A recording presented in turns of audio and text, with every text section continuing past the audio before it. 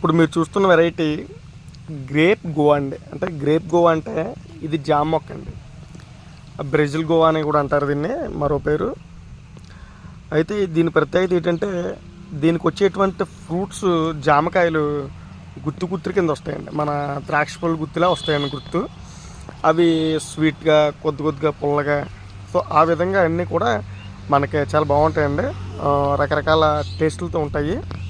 ముగ్గితే మాత్రం చాలా స్వీట్గా ఉంటాయి, బాగుంటుంది. మీరు ఒకసారి తిన్నట్టయితే దాన్ని తినాలనిపిస్తూ ఉంటుందండి. అది అంత బాగుంటుందండి ఈ జామ.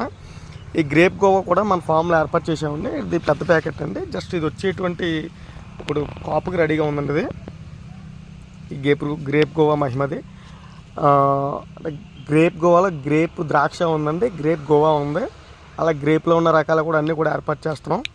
చూసారు కదా, ఇది మాత్రం గ్రేప్ జామ.